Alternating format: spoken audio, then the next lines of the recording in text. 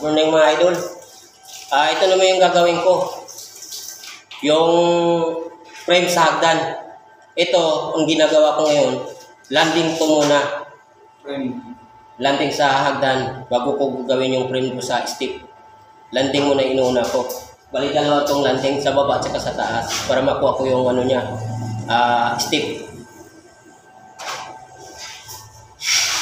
Kasi ang gusto sa may-ari, bakal na lang daw. Huwag na lang yung slab. Kaya ito muna ang ginagawa ko ngayon. Gawa muna ako ng frame sa hagdan. Pero ito, ang ginawa kong malaki, landing to sa stick. Para makuha ko yung layout. Balik dalawa to sa baba at sa taas. Ito muna yung gagawin ko. Yung landing muna na frame. Magsimula, bago gagawa ng landing frame, kailangan ilagay natin sa eskwala para hindi mahirap sa paglagay doon. Kasi kailangan nasa eskwala yun. Kaya pakita ko sa inyo kung paano paggawa sa frame ng hagdan. Kailangan ilagay natin sa eskwala para maayos ang gawa natin. Wala nito.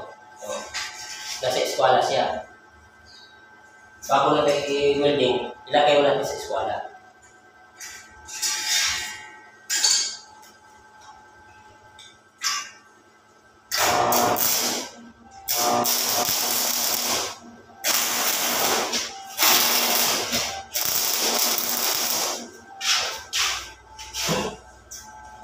Pero nasa eskwala siya. Lipat naman sa eskwala. Lagay din natin sa eskwala.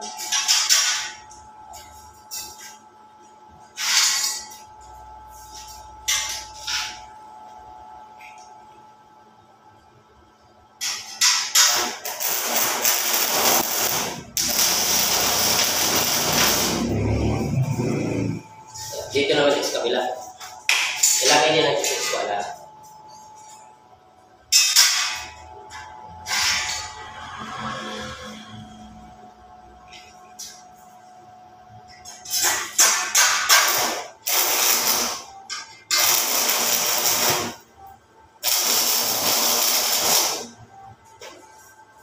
Dito na naman, lagay din natin sa eskwala.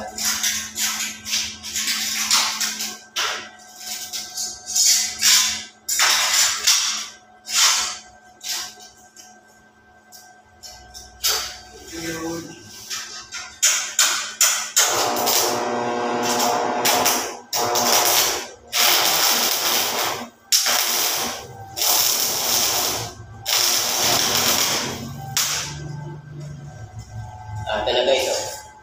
Nasa eskwala siya lahat.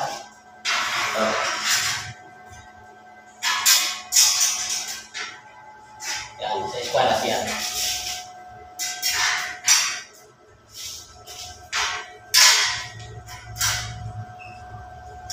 Yan, sa eskwala sa lahat ang ginagawa kong frame sa para sa hagdan. Ito landing pa lang to. Dalawang landing. Kasunod to, yung mga step na ang gagawin ko.